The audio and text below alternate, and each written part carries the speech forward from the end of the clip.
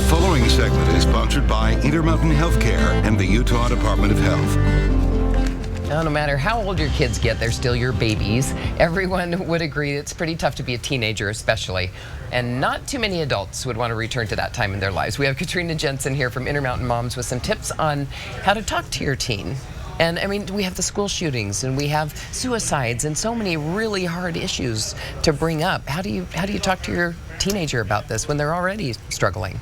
I think, you know, Mary, it's kind of overwhelming, which is what I first started reading. And I think we really just need to pay attention to our kids more and more and more. We think when they're little that they take a lot of time, but actually I think teenagers require more time from parents. And I think the tendency is to withdraw from your kids because they're withdrawing from you, but you really do have to pay attention to what they're doing, ask them how they're doing, and not just, well, how was your day? Oh, fine. Well, tell me what you did. You know, dig a little more and try to get your kids to open up about what they're doing, what they're spending their time doing, etc. I always tried to say, what's the best thing that happened to you today, and what's the worst thing? That's always... And that might open a door, you know, to talk a little bit more. That's a really good one, especially if you have meals together, which gets harder and harder, as we know. I still go back to the cell phone. As soon as they are on their cell phone more and more and more, especially at night, if that's not plugged in, there's more anxiety and depression with kids that are on their phones in the middle of the night.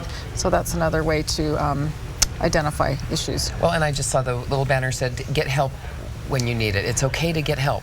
The stigma is still out there. You know, a lot of families are embarrassed or they don't want to tell their friends or their family or their neighbors, and we really need to overcome that because it's just part of life. It's just like any other issue that you might go to the doctor for. And maybe a teenager, it's encouraging to see that you're admitting that you care and you want to get help, and you're worth the help. And I think that's a relief. We're looking at the warning signs now for that. So, you know, really any changes in your... These are kind of hard because I think sometimes when we read about kids committing suicide, most people will say, or a lot of people will say, gosh, I didn't notice anything different. But then if you go back, I think there can be some subtle signs that maybe people have missed, possibly. But I think the Safe Utah app that we were talking about has been a huge improvement for our community. So any student enrolled in a Utah school can load this app. Parents, school teachers. Safe UT. Safe UT. University of Utah initiated this. It's been very successful. So it's basically a helpline that's answered 24/7.